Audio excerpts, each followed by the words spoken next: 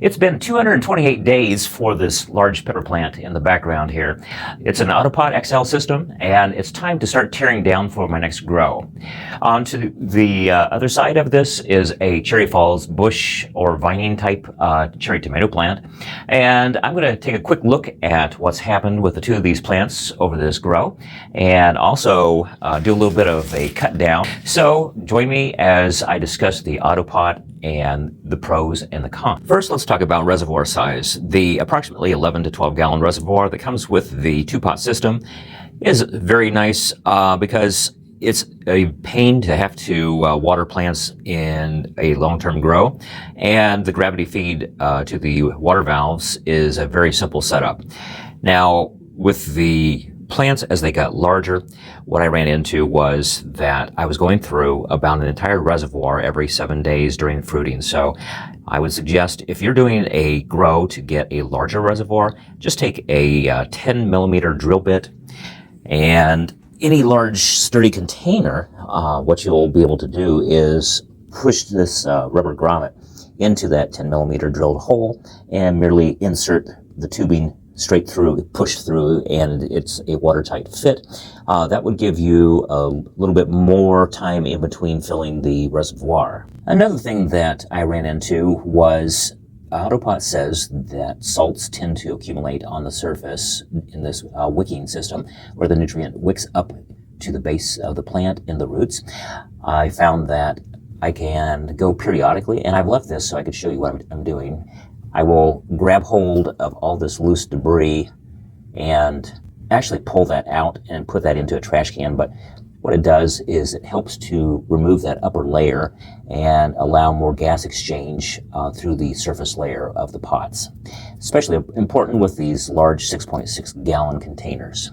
The other thing was that the failure point on AutoPot systems tends to be the smart valves.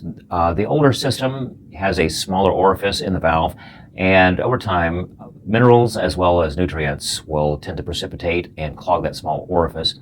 And it's okay for short-term grows, but for long-term grows, you really need to get in and be able to clean those out. You could tell from the tomato plant, it is looking very haggard right now, and actually this plant is suffering because the valve failed. Plant is dying, of course.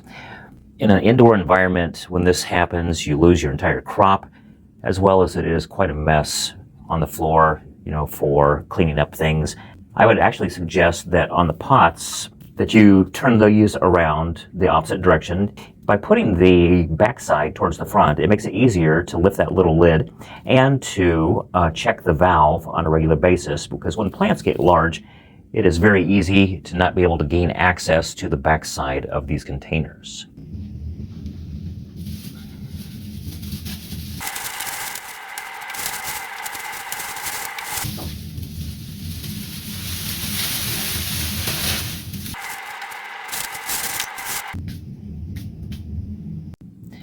I've used this for a while now. It's just a little rechargeable battery operated vac, and it does a very nice job of picking up leaf debris, blossoms, things that fall off of a plant. And it's very quick to grab, take it off the charger and use. But for a large grow, the tomato plant has a lot of dead leaves that are on the carpeting, as well as there are blossoms, immature fruits, things of that nature.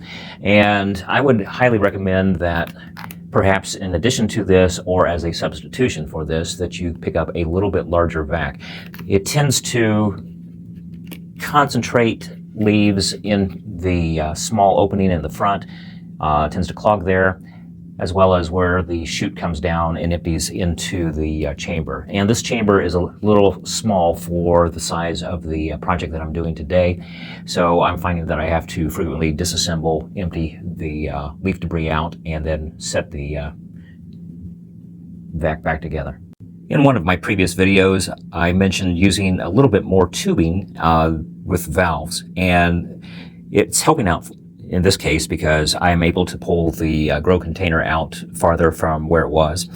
But while this is out, let's take a quick look. This is the backside, and what you see here is just a cover lid. You lift it off, and here's a close-up of the valve. And you'll notice that there's no water in through here. This valve, if you pull it out, it just pops in, pops out.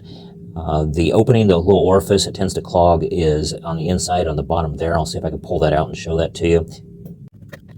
And there it is. So that's the underneath side of this valve. These two chambers are the high-low regulators. And that little, it's kind of hard to tell, but that little valve is the emitter where the water from the reservoir comes out.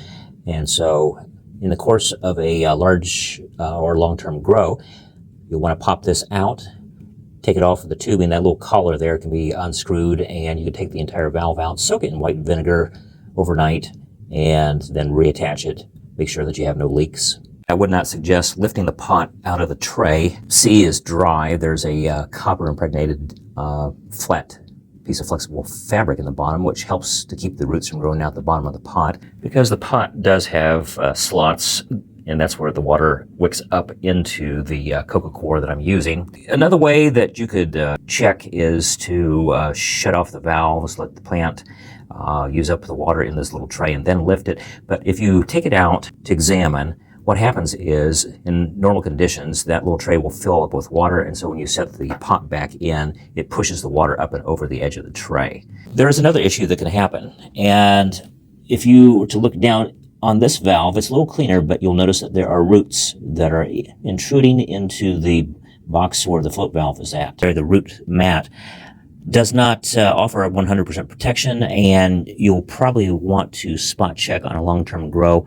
because even with a few roots coming out, they'll still get into that valve and prevent it from working.